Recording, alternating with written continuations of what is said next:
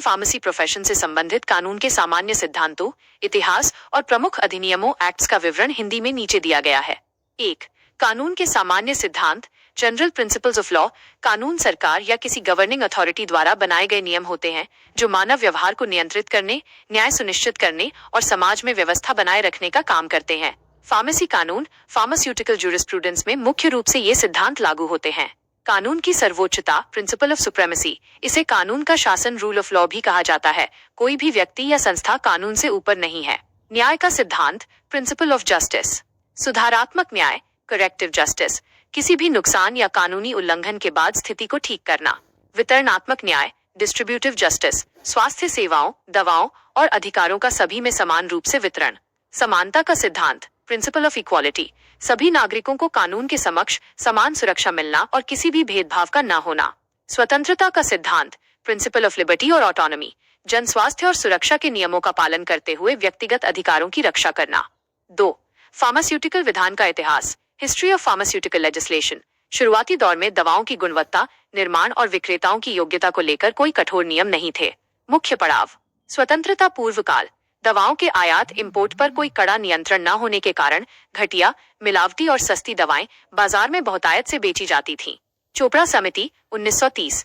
भारत सरकार ने सर रामनाथ चोपड़ा की अध्यक्षता में ड्रग इंक्वायरी कमेटी का गठन किया। इस समिति ने दवाओं के निर्माण, आयात और बिक्री की जांच की तथा केंद्रीय फार्मेसी काउंसिल व सख्त कानून बनाने की सिफारिश की। स्वतंत्रता के बाद का विकास। चोपड़ा समिति की सिफारिशों के आधार पर ही भारत में औषधि और प्रसाधन सामग्री अधिनियम 1940, ड्रग्स एंड कॉस्मेटिक्स एक्ट 1940 और फार्मेसी अधिनियम 1948, फार्मेसी एक्ट 1948 जैसे मुख्य कानून लागू किए गए। 3. दवाओं और फार्मेसी से संबंधित प्रमुख अधिनियम, की एक्ट्स। फार्मास्यूटिकल कानून ढांचा, दवाओं का नियमन, पेशेवर फार्मेसी, विशेष नियंत्रण, मूल्य व व्यापार। Drugs and cosmetics, pharmacy act 1948, NDPS act 1985, DPCO act 1940, poisons act 1919, patent act 1970। क.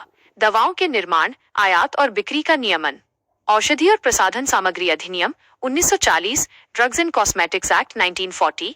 यह कानून भारत में दवाओं और सौंदर्य प्रसाधनों के आयात, निर्माण, वितरण और बिक्री को नियंत्रित करता है। इसका मुख्य उद्देश्य जनता तक सुरक्षित और मानक दवाएं पहुंचाना है। ख.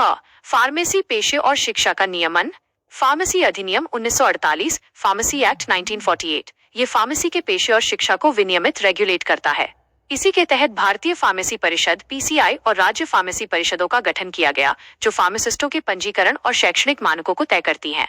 Pharmacy practice regulations, pharmacy practice regulations ये रजिस्टर्ड फार्मासिस्टों के कर्तव्यों, आचार संहिता और नैतिक जिम्मेदारी को निर्धारित करता है।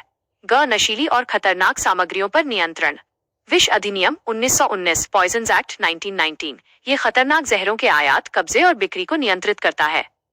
स्वापक औषधि और मन प्रभावी पदार्थ अधिनियम 1985, एनडीपीएस एक्ट 1985।